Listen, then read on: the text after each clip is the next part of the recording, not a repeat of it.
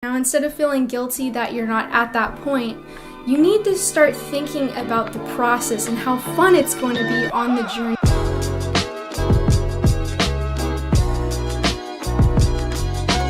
Hello, all my creative little beautiful souls out there. My name is Heather LaBosse, and today I'm going to be talking about something so important, something that has definitely helped me out so much in my life, and I know it will help you if you're in the similar circumstance.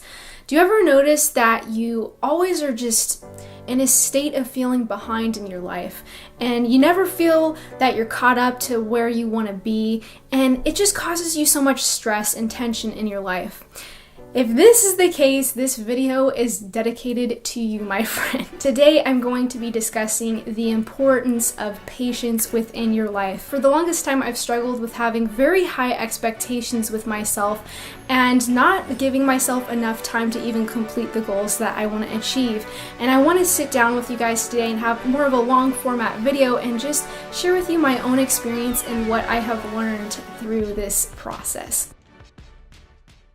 I want you to take a minute and think about the thing that you feel guilty that you haven't completed yet. Now, instead of feeling guilty that you're not at that point, you need to start thinking about the process and how fun it's going to be on the journey. If you looked at life as if it were a game, and you just got this brand new game, you're putting it in your system and you're ready to go, you can't wait to play it.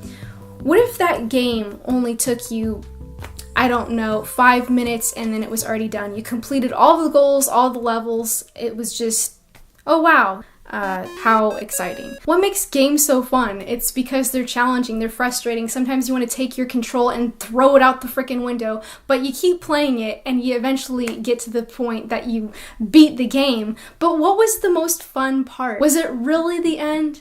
I'm sure the end felt great, but it was the time that you were, struggling, well, maybe not necessarily struggling, but you're figuring things out in the game because it made you feel like a little badass, okay? And I think we forget about this in our own life, and we just, expect to be at the final stage fighting Bowser, and it's just not. I was watching Joe Rogan's podcast, and this stuck out to me so much. I forget the fighter's name, but he was talking about how when you're exercising and you're going to the gym, you're not trying to stress your body out to the point of just overexertion. So let's say I make you do pull-ups, and let's say the maximum amount of pull-ups you can do, the maximum amount of pull-ups is 10. Let's keep a nice round number. At 11, you couldn't do 11. If I pointed a gun at you, you couldn't do 11. Should I make you do 10 pull-ups on our workout? No. I'm going to make you do 5. Why? Because I'm setting you up to work the next day. The next day we're going to do 5. And the next day we're going to do another 5. And then we're going to do 6. When 6 is really easy, we're going to do 7. Why? If you count, if you did 10 pull-ups on Monday, you're going to be sore till Thursday. Let's say it's really your max. So Thursday, you've only done 10 pull-ups. From Monday to Thursday, you've only done 10 pull-ups. Me, I've been doing 5 pull-ups every day.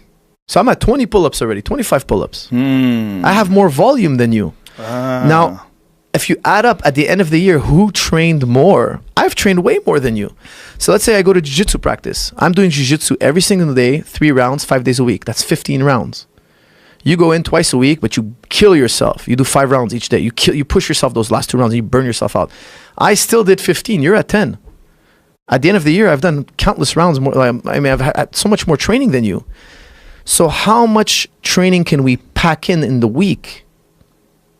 That's the real question. How much volume can you expose your athlete to?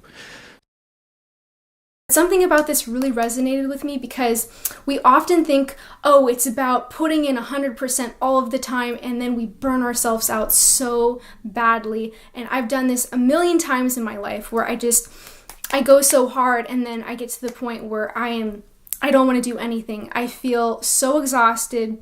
And then the things that I have been working on end up having loose ends and they're not completed because I burnt myself out so much at the beginning. It is way more important for us to show up every day doing small things that work towards our goals instead of just always exhausting ourselves. At the end of the day, if we're doing everything that we can to work towards our goals, we need to let go and let life work its magic. Trust yourself, trust the process, know that things are happening just as they're supposed to be, and don't feel behind in life. Always think of yourself as being in the right place at the right time, and things are unfolding the way that they should be.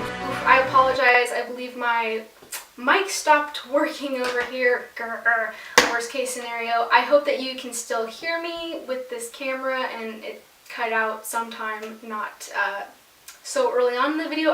Yeah, whatever. I just want to say I love you guys so much. I hope that you enjoyed this video, and if you did, you can definitely check out the rest of the videos that I have on my channel. I love you so much. Take care, and I will see you guys next week. Mwah.